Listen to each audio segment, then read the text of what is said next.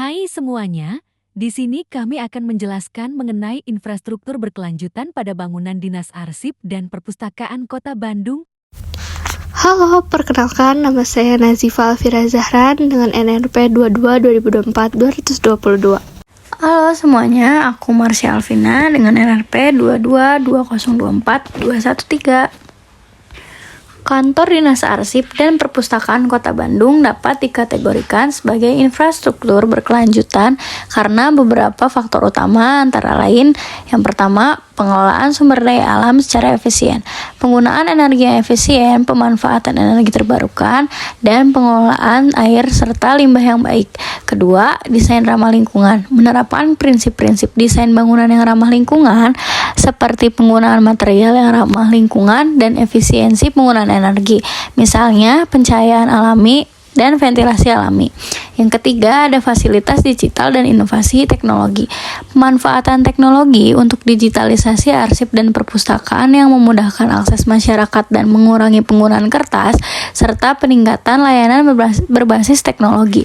Selain itu, adapun indikator untuk mengukur keberlanjutan infrastruktur ini dapat menggunakan penggunaan energi terbarukan, penggunaan teknologi yang meminimalkan konsumsi energi, kualitas udara dan lingkungan yang baik dan minim polusi, serta aksesibilitas penggunaan teknologi digital untuk mendukung pelayanan publik.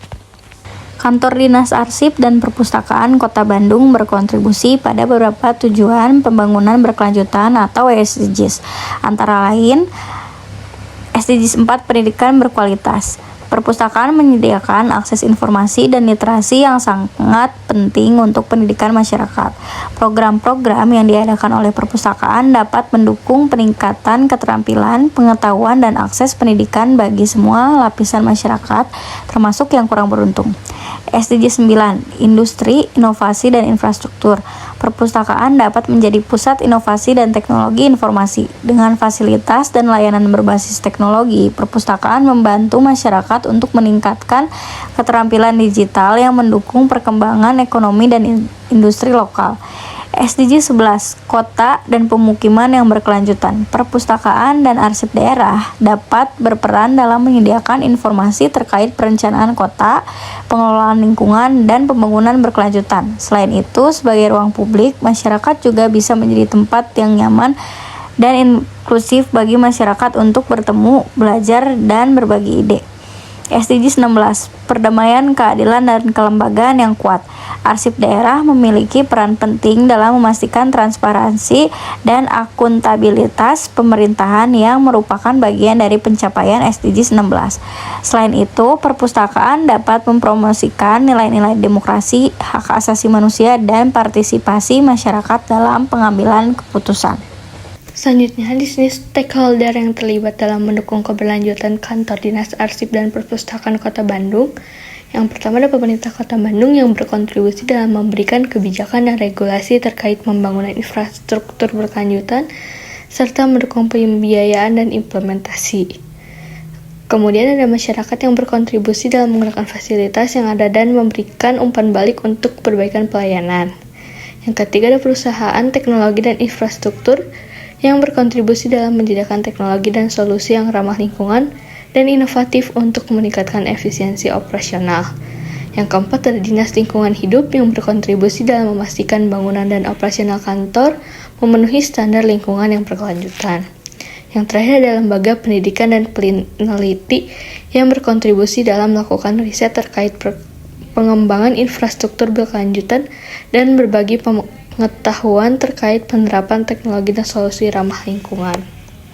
Nah, selanjutnya untuk di masa yang akan datang, Kantor Dinas Arsip dan Perpustakaan Kota Bandung diharapkan untuk terus mengembangkan infrastruktur yang berkelanjutan dengan beberapa cara. Yang pertama adalah meningkatkan penggunaan teknologi untuk digitalisasi arsip dan buku, memperluas akses masyarakat secara daring. Dan yang kedua, meningkatkan penggunaan energi yang terbarukan, sistem pengolahan limbah, dan efisiensi energi di gedung tersebut. Yang terakhir adalah menghadirkan lebih banyak layanan berbasis teknologi seperti aplikasi perpustakaan digital untuk memudahkan akses masyarakat. Nah, ada pun beberapa hal yang dapat dicontoh atau diperbaiki dan diterapkan pada proyek lain, antara lain memperkenalkan teknologi digital dalam sistem pengelolaan arsip dan perpustakaan agar lebih efisien dan mudah diakses oleh masyarakat. Yang kedua adalah menerapkan prinsip-prinsip desain berkelanjutan yang mengurangi konsumsi energi dan sumber daya alam lainnya. Yang ketiga adalah mengadopsi sistem daur ulang limbah yang dapat mengurangi dampak lingkungan. Yang terakhir adalah melibatkan masyarakat dalam penggunaan fasilitas serta memberikan pelatihan atau workshop yang meningkatkan kesadaran mengenai keberlanjutan dan teknologi ramah lingkungan.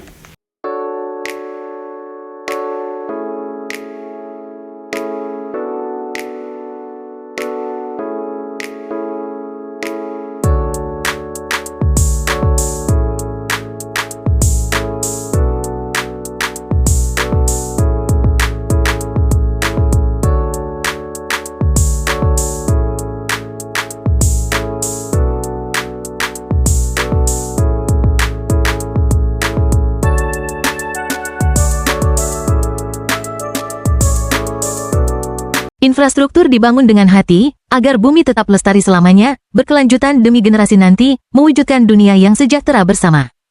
Sekian dari kami, dadah.